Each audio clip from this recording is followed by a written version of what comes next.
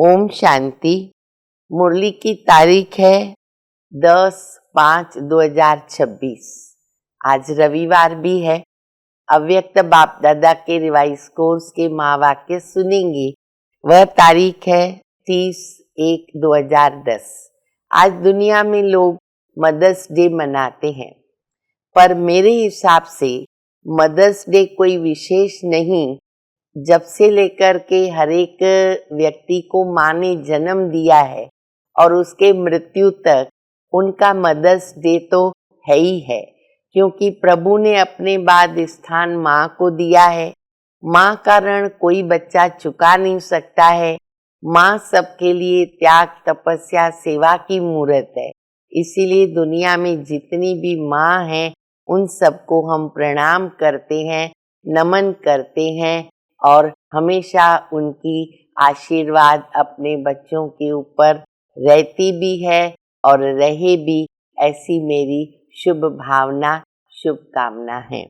अभी जो हम अव्यक्त बाप दादा के रिवाइज कोर्स के महावाक्य सुनेंगे, उसका टाइटल है चारों ही सब्जेक्ट में स्वमान के अनुभवी स्वरूप बन, अनुभव की अथॉरिटी को कार्य में लगाओ। बहुत विस्तार से बाबा ने बताया हुआ है। उसके लिए तो आपको मुरली का बाद में अध्ययन करना पड़ेगा। फिर से एक बार पढ़ती हूँ।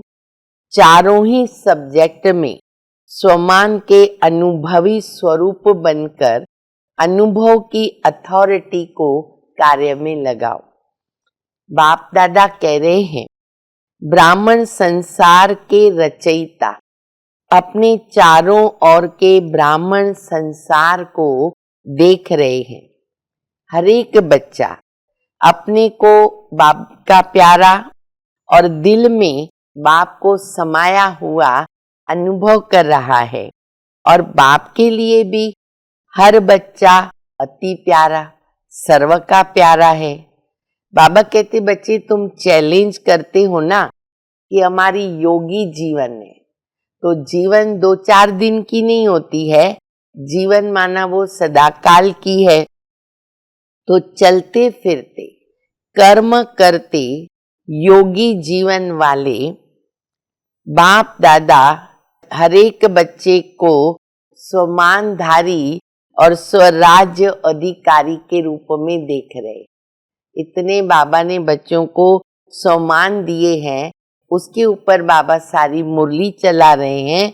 तो बाबा कहते हैं कि बाप दादा ने तो सम्मान बहुत प्रकार के, बहुत बड़ी लिस्ट दिए हैं। तो सम्मान में स्थित होने में बच्चों को थोड़ी मेहनत लगती है, लेकिन सम्मान स्वरूप अनुभवी मूर्त बन, अनुभव के अथॉरिटी स्वरूप बनो। उसकी बाप दादा को बच्चों में थोड़ी कमी दिखाई देती है। कर्म करते कर्म योगी के अनुभवी स्वरूप में खो जाना, इसकी अभी आवश्यकता है। चारों सब्जेक्ट में बाबा कहते अनुभवी स्वरूप बनना, एक सब्जेक्ट नहीं, जो हमारे विशेष 4 सब्जेक्ट है। अगर उसमें हम अनुभवी मूर्त बनते हैं, स्वरूप में स्थित रहते हैं, तो बाबा कहते माया हिला नहीं सकती है और वहां देह अभिमान आ नहीं सकता है। बाबा कहते कि सोमान की सीट पर अनुभव का स्विच अगर ऑन होता है तो सभी प्रकार के जो देह अभिमान है वो स्वतः ही समाप्त हो जाते हैं। अनुभव को 1000 लोग भी अगर बदलना चाहे तो बदल नहीं सकते। फिर बाबा ने मिसाल दिया है, जैसे चीनी है, मीठी है, हमने अनुभव किया है खा करके। 1000 लोग भी कहेंगे चीनी कड़वी है तो हम मानेंगे? नहीं मानेंगे, क्योंकि हम अनुभवी बन गए हैं। तो इस प्रकार बाबा कहते हैं चारों ही सब्जेक्ट में अनुभवी मूर्त बनो। फिर दूसरी बात बाबा बता रहे, अभी अचानक का खेल आरंभ हो चुका है। इकट्ठे अनेकों की टिकट कट रही है। अभी तो हम देख रहे कैसे कैसे लोगों की टिकट कट रही है। तो बाबा कहते ज्ञान सुनाने वाला नहीं, ज्ञान स्वरूप बनो। जो 4 सब्जेक्ट है ना, ज्ञानी तू आत्मा, ज्ञान स्वरूप। योग स्वरूप माना कर्म इंद्री जीत। जितना योग स्वरूप रहेंगे, कर्म इंद्री जीत रहेंगे। तो ज्ञान योग है अगर, तो गुणों की धारणा ऑटोमेटिकली है और सेवा भी ऑटोमेटिकली होगी। तो चारों में हमको पास विथ ऑनर होना है। फिर बाबा बता रहे हैं कि कई आत्माएं अपने संस्कारों के वश है, परिवर्तन नहीं हो रहा है। तो संस्कारों के वश, भाव स्वभाव के वश है। उनको स्नेह देना, उनको सहयोग देना, गिरे हुए को उठाना, ये बाबा कहते हैं पुण्य कर्म है। इसका पुण्य गाया जाता है। कभी भी किसी आत्मा के लिए ये नहीं सोचना है कि ये तो बदलने वाला ही नहीं है, ये तो ऐसा ही रहने वाला है।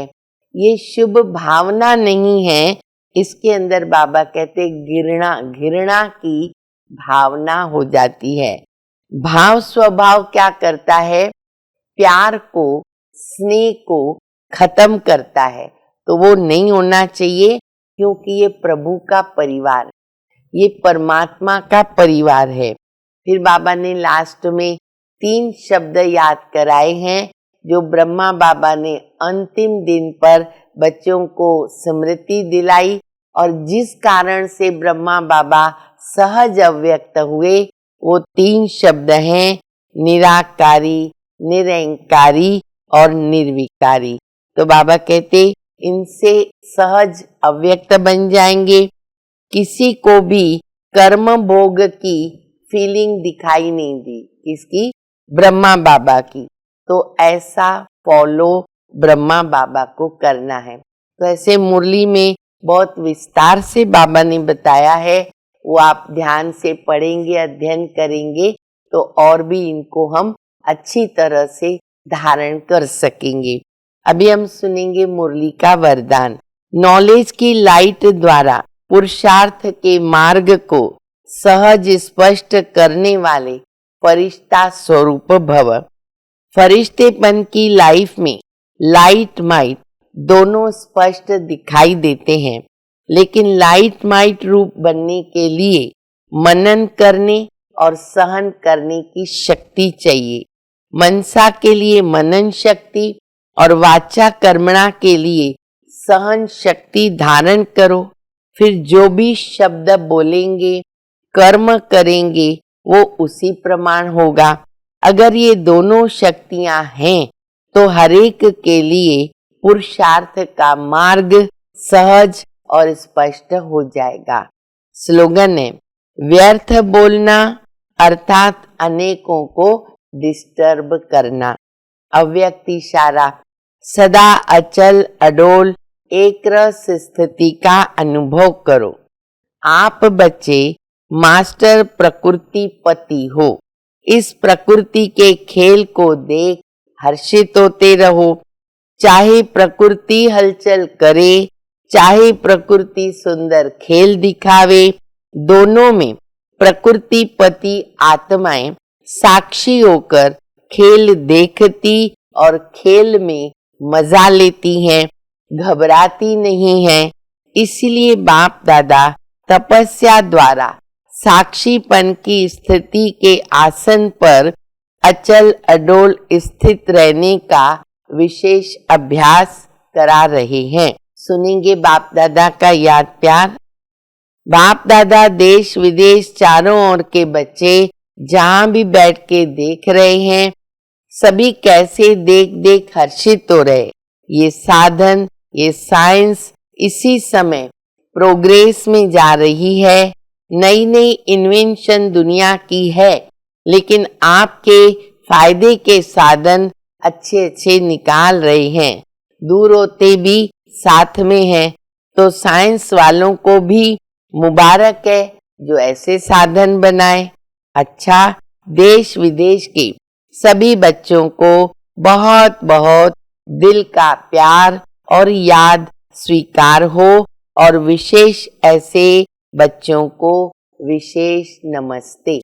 अच्छा, हम सब रूहानी बच्चों की रूहानी माता पिता बाप दादा को याद प्यार गुड मॉर्निंग, नमस्ते नमस्ते, शुक्रिया बाबा शुक्रिया, ओम शांति।